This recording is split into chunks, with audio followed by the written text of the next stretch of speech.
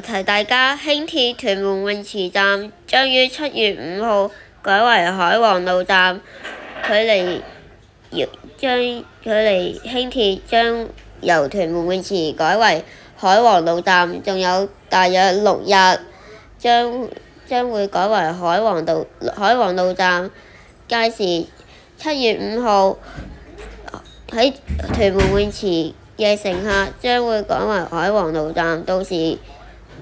搭輕鐵嘅時候要注意啦。咁呢個呢係講有機會成為頭班車，鐵路迷都會過嚟嘅時刻。而我本人，我會喺7月5號嘅頭班車會過去，我會喺7月4號晚都會影相留念。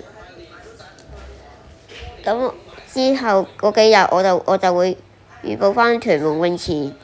會改為海皇路站嘅情況，到時見。